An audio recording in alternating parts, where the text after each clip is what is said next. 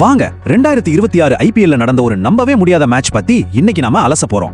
ஒரு பக்கம் வரலாறு படைச்ச ஒரு இன்னிங்ஸ், இன்னொரு பக்கம் மொத்தமா சரிஞ்சு போன ஒரு பேட்டிங் ஆர்டர். அடேங்கப்பா, என்ன ஒரு மேட்ச்!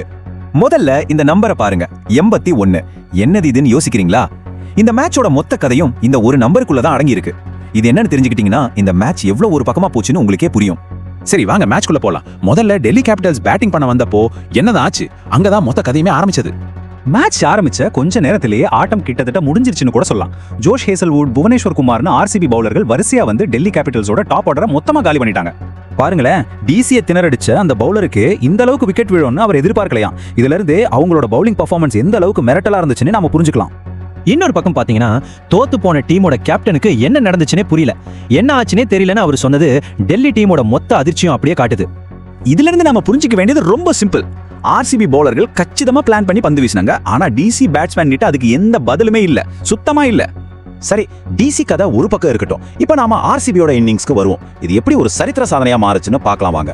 வெறும் 76 ரன் தான் டார்கெட்னு மெதுவா ஆடல. ஆர்சிபி பேட்ஸ்மேன்கள் ஆரம்பத்துல இருந்தே அடிச்சு ஆட ஆரம்பிச்சு சாதனை நேரத்துல மேட்சை முடிச்சிட்டாங்க. வெறும் 6.3 ஓவர்ல ஆட்டம் க்ளோஸ். இந்த வேகமான சேசிங்க்கு நடுவுல கிரிக்கெட்டோட கிங் ஒரு பெரிய மைல்கல்லை எட்டினார். அது யாருன்னு உங்களுக்கு நான் சொல்லி தெரிய வேண்டியதில்லை.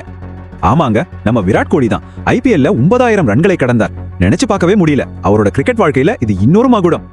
அதுலயும் குறிப்பா டெல்லிக்கு எதிரா அவரோட ஆதிக்கம் எந்த அளவுக்கு இருக்குன்னு பாருங்க. இப்போ ஒரு அணிக்கு எதிரா அதிக ரன் அடிச்சவங்க பட்டியல்ல 2வது இடத்துல இருக்காரு நம்ம கிங். சரி, இப்ப நாம ஆரம்பத்துல பார்த்த அந்த 81ங்கிற நம்பருக்கு வருவோம். ஞாபகம் இருக்கா? அந்த நம்பருக்கும் இந்த சேசிங்க்கும் என்ன சம்பந்தம்? வாங்க பார்க்கலாம். அந்த 81 வேற ஒண்ணும் இல்ல, ஆர்சிபி ஜெயிக்கும் போது மீதம் இருந்த பந்துகளோட எண்ணிக்கை.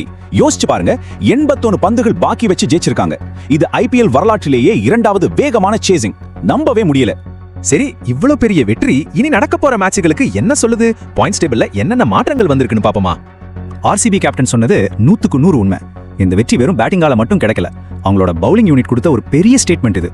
பேட்டிங் மேட்சை ஜெயிக்க வைக்கும், ஆனா பவுலிங் தான் டோர்னமெண்ட்டே ஜெயிக்க வைக்கும்.